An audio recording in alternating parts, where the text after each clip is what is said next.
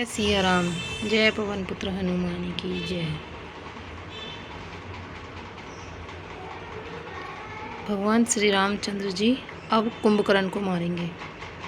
यह देख और बड़ा घोर शब्द करके वह गर्जा तथा करोड़ करोड़ वानरों को पकड़कर वह गजराज की तरह उन्हें पृथ्वी पर पटकने लगा और रावण की दुहाई देने लगा। यह देखकर रीछ वानरों के झुंड ऐसे भागे जैसे भेड़ियों को देखकर भेड़ों के झुंड। शिव जी कहते हैं, हे भवानी, वानर भालू व्याकुल होकर आर्तवाणी से पुकारते हुए भागे।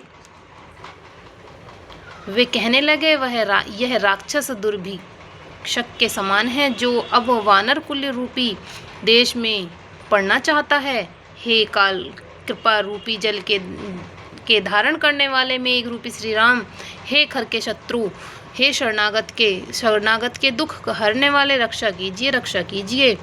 करुणा भरे वचन सुनते ही भगवान धनुष बाण सुधार कर चले। महाबलशाली श्री राम जी ने सेना को अपने पीछे कर लिया और वे अकेले क्रोधपूर्वक चले आगे बढ़े। उन्होंने धनुष को खींचकर 100 बाण संधान किए। बाण छूटे और उसके शरीर में समा गए। बाणों के लगते ही वह क्रोध में भरकर दौड़ा। उसके दौड़ने से पर्वत डगमगाने लगे और पृथ्वी हिलने लगी। उसने एक पर्वत उखाड़ लिया। श्री रघुकुल तिलक श्री राम जी ने उसकी वह भुजा ही काट दी। तब वह बाएं हाथ में पर्वत को लेकर दौड़ा। प्रभु ने उसकी वह भुजा भी काटकर पृथ्वी पर गिरा दी। भुजाओं के कट जाने पर वह दुष्ट कैसी शोभा पाने लगा जैसे बिना पंख का मद्राचल पहाड़ हो। उसने उर्ग दृष्टि से प्रभु को देखा, मानो तीनों लोकों को निगल जाना चाहता हो। वह बड़े जोर से चिंगाड़ करके मुंह फैलाकर दौड़ा। आकाश में सिद्ध और देवता डरकर हा कर इस प्रकार पुकारने लगे। करुणा निधान भगवान ने देवताओं को भयभीत जाना। तब उन्होंने धनुष को कान तक तानकर राक्षस के मुख को बाणों के समूह से भर दिया।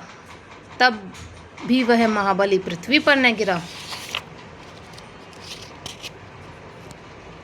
मुख में बाण भरे हुए वह प्रभु के सामने दौड़ा, मानो काल रूपी सजीव तरकस ही आ रहा हो। तब प्रभु क्रोध करके तीक्ष्ण बाण लिया और उसके सिर को धड़ से अलग कर दिया। वह सिर रावण के आगे जा गिरा। उसे देखकर रावण ऐसा व्याकुल हुआ जैसे मणि के छूट जाने पर सर्प का कुंभकर्ण का प्रचंड धड़ दौड़ा, जिससे पृथ्वी धसी जाती थी। तब प्रभु ने काटकर उसके 2 टुकड़े कर दिए। वानर और भालू निशाचरों को अपने नीचे दबते हुए वे दोनों टुकड़े पृथ्वी पर ऐसे पड़े जैसे आकाश से 2 पहाड़ गिरे हों। उसका तेज प्रभु श्री रामचंद्र जी के मुख में समा गया। यह देखकर देवता और मुनि सभी ने आश्चर्य माना। देवता नगाड़े बजाते हर्षित होते और स्तुति करते हुए फूल बरसा रहे हैं। विनती करके सब देवता चले गए। उसी समय देवर्षि नारद आए। आकाश से ऊपर से उन्होंने श्री हरि के सुंदर वीर यश गुण समूह का गान किया, जो प्रभु के मन को बहुत ही भाया। मुनि यह कहकर चले गए कि अब दुष्ट रावण को शीघ्र मारिए। उस समय श्री राम जी रणभूमि में आकर अत्यंत सुशोभित हुए। अतुलनीय बल वाले कौशलपति श्री रघुनाथ जी रणभूमि में सुशोभित हैं। मुख पर पसीने की बूंदें, कमल के समान नेत्र कुछ लाल हो रहे हैं। शरीर पर रक्त के कण हैं। दोनों हाथों में से धनुष बाण फिरा रहे हैं। चारों ओर रीछ वानर सुशोभित हैं। तुलसीदास जी कहते हैं कि प्रभु की इस छवि का वर्णन शेष जी भी नहीं कर सकते, जिनके बहुत से 1000 मुख हैं।